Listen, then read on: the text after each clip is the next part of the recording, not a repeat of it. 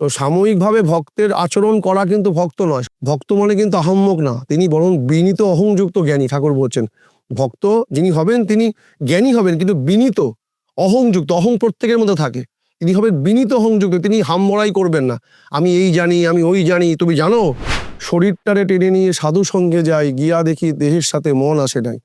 তো আমরা অনেক সময় দেহটাকে নিয়ে গিয়ে বসি, কিন্তু মন অনেক সময় আসে না। এবার যাদের মন আসে না বা ক্ষণিকের জন্য আসে, এদেরকে দেখে আমরা মনে করি এদের প্রচন্ড মাত্রায় ভক্তি এসে গেছে। একজন চোর সমস্ত অ্যাঙ্গেল থেকে সমস্ত ভালো মানুষের মধ্যে চোরকে খুঁজে পায়, আর একজন ভক্ত সমস্ত চোরের মধ্যে থেকেও ভক্তকে খুঁজে বার করে। প্রভু শ্রীরাম, শ্রীকৃষ্ণ, ভগবান বুদ্ধ, প্রভু যিশু, মোহাম্মদ, শ্রী চৈতন্য, শ্রীরামকৃষ্ণ, শ্রী শ্রী ঠাকুর অনুকূল চন্দ্র, ভারতের সনাতন আর্য সংস্কৃতির মেলবন্ধন একই প্ল্যাটফর্মে, একই সাথে। আপনাদের হাতের মুঠোয় নিয়ে এসেছে কল্কি অবতার অ্যাপ। শিক্ষা, অনুপ্রেরণা আর আধ্যাত্মিক বিনোদনের এক অনন্য ভাণ্ডার। এখন 3টি ভাষায় উপলব্ধ, বাংলা, হিন্দি ও ইংরেজিতে। আজই ডাউনলোড করুন গুগল প্লে স্টোর থেকে সম্পূর্ণ বিনামূল্যে। লিংক পাবেন ভিডিওর ডেসক্রিপশন ও পিন কমেন্টে।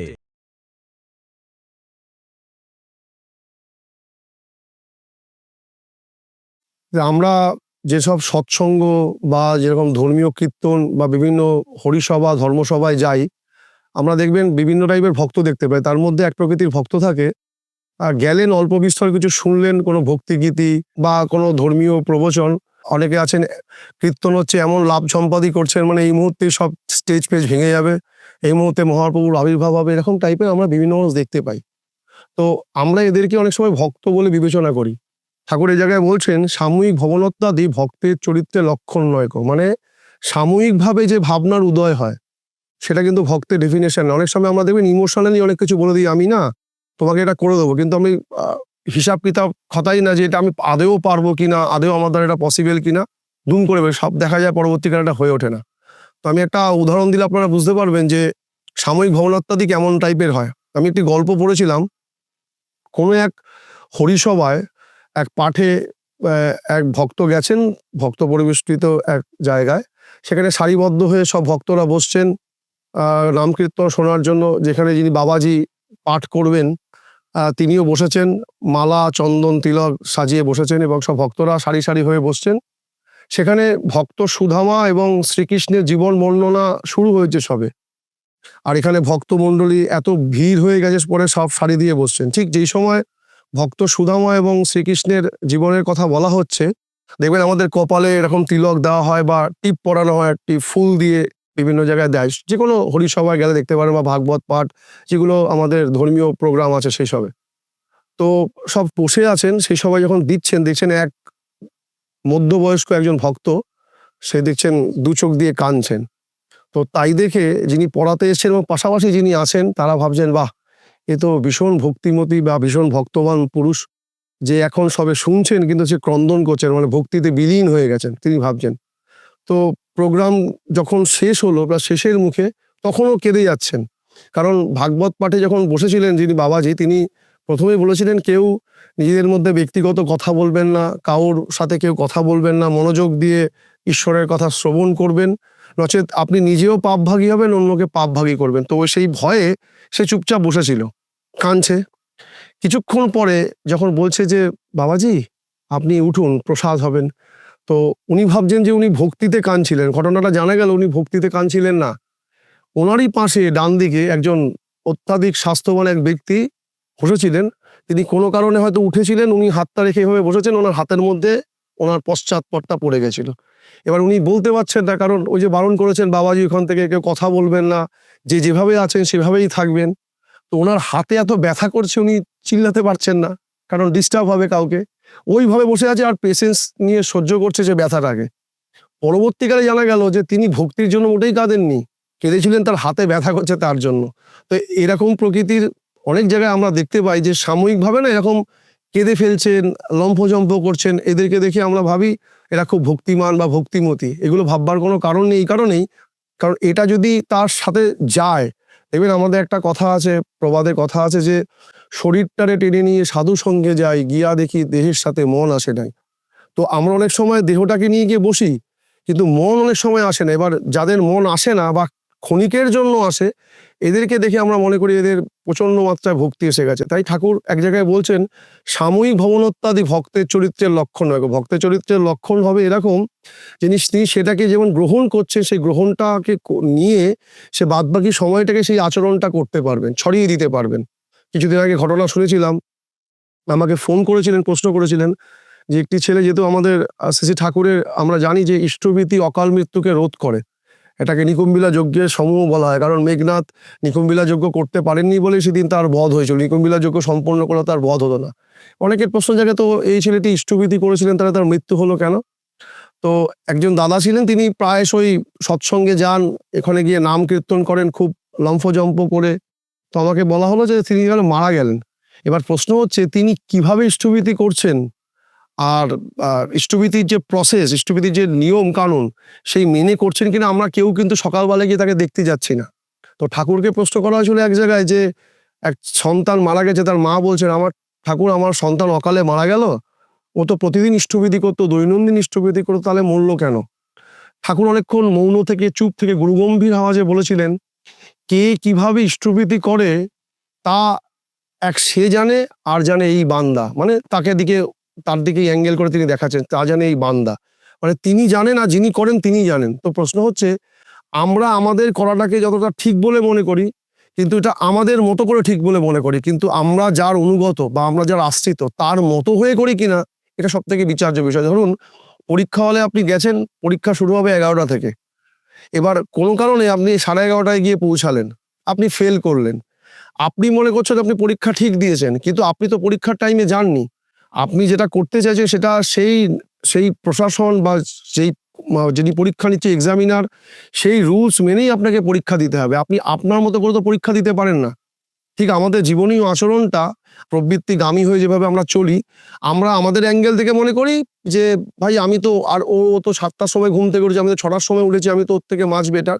এটা আমার অ্যাঙ্গেল থেকে ঠিক, এটা অবশ্যই মন্দের ভালো, কিন্তু সেটা কিন্তু আমাদের ঐশ্বরিক বিধান বা ধর্মীয় বিধান অনুযায়ী কিন্তু ঠিক নয়। তাই জন্য যতক্ষণ না আমরা অ্যাপ্রোপ্রিয়েট হব, সঠিকভাবে জীবন চালনা করব, তার আগে আমরা কোনো প্রশ্ন করতে পারি না এটা করেছি, এটা হলো কেন। কারণ কেউই আমরা জানি না তিনি কিভাবে করছেন। রাতের অন্ধকারে আমি কি করি, আমি বারবার বলছি যে আমরা কিন্তু এটা জানি যে আমাদের মনে কি চলছে, একমাত্র এটা আমরা বুঝতে পারি। আর যে জানতে পারেন পরমপিতা, পরমপিতা এর সাথে এখানে মাইক্রোফোনের মাধ্যমে ফোরকাস্ট করেন না, আপনি এটা ভাবছেন ওটা ভাবছেন না। তাই আমরা কথাই বলি যে মন জানে পাপ আর মা জানে বাপ। আমি কি ভাবছি সেটা একমাত্র আমিই জানি, আর একমাত্র জানেন পরম পুরুষ বা পরম পিতা, যে ঈশ্বর, আল্লাহ, গড যাই বলেন তাকে, তিনি জানেন।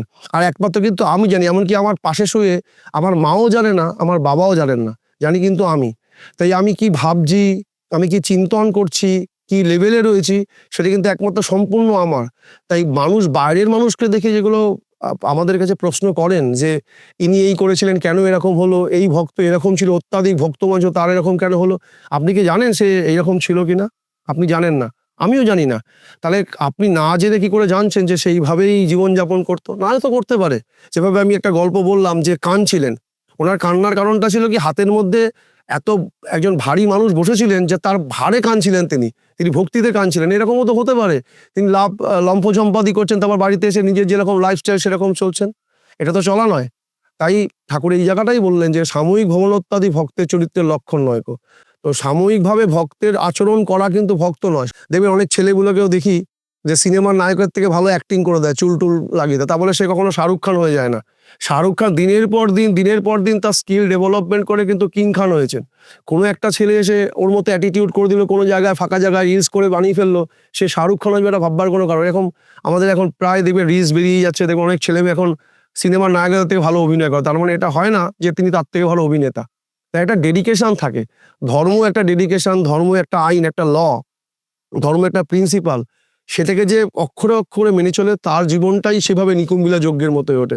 কোনো একটা মানুষ কোন দিন একদিন করেছেন, এইগুলোকে দেখে কখনো ভক্তের বিচার করা হয় না। তিলক বলুন, মালা বলুন, বিভিন্ন রকম যেগুলো আমাদের ধর্মীয় বাহ্যিক আবরণ যেগুলোকে নিয়ে চলি, এদেরকে দেখে আমরা মনে করি এরা তো ভীষণ বড় ভক্ত, কিন্তু তার পরবর্তীকালে তার চরম দুর্দশা আসলো। ভাবি এরকম ভক্তের যদি এটা হয়, আমাদের কেন, আমরা তাহলে কি করব? ব্যাপারটা আপনি জানেনই না ভক্ত কি। ভক্ত মানে কিন্তু আহম্মক না, তিনি বরং বিনীত অহংযুক্ত জ্ঞানী। ঠাকুর বলছেন ভক্ত যিনি হবেন তিনি জ্ঞানী হবেন, কিন্তু বিনীত, অহংযুক্ত। অহং প্রত্যেকের মধ্যে থাকে। তিনি হবেন বিনীত অহংযুক্ত, তিনি হামবড়াই করবেন না, আমি এই জানি, আমি ওই জানি, তুমি জানো, বা মালা টালা গুটিয়ে নিয়ে এরকম করবেন। আপনারা প্রায় বাংলাদেশ থেকে সোশ্যাল মিডিয়া বিভিন্ন দেখবেন অনেক বড় বড় মোটা মোটা মালা, এরকম বড় বড় টিকি আছে দেখলাম, তারপর বিভিন্ন বেশভূষা, এতে চারিদিকে কালো তিলকের মালা, বিভিন্ন মহাপুরুষকে নিয়ে আলতু ফালতু কথা বলছে, ঠাকুরকে নিয়ে বলছে উনি তো ওনার বাবা ধর্মই রক্ষা করেননি। তো আমরা ভাবছি কিন্তু তিনি অনেক পণ্ডিত, আদৌ পণ্ডিত নন। পণ্ডিতের আচরণ এরকম হয়ই না, কারণ ঠাকুরের বলাই আছে, বলছে যে আচরণ বাক্য কর্ম বাঁচা বাড়ার উৎস হয় তাকেই জানিস ধর্ম বলে, নইলে ধর্ম কিছুই নয়।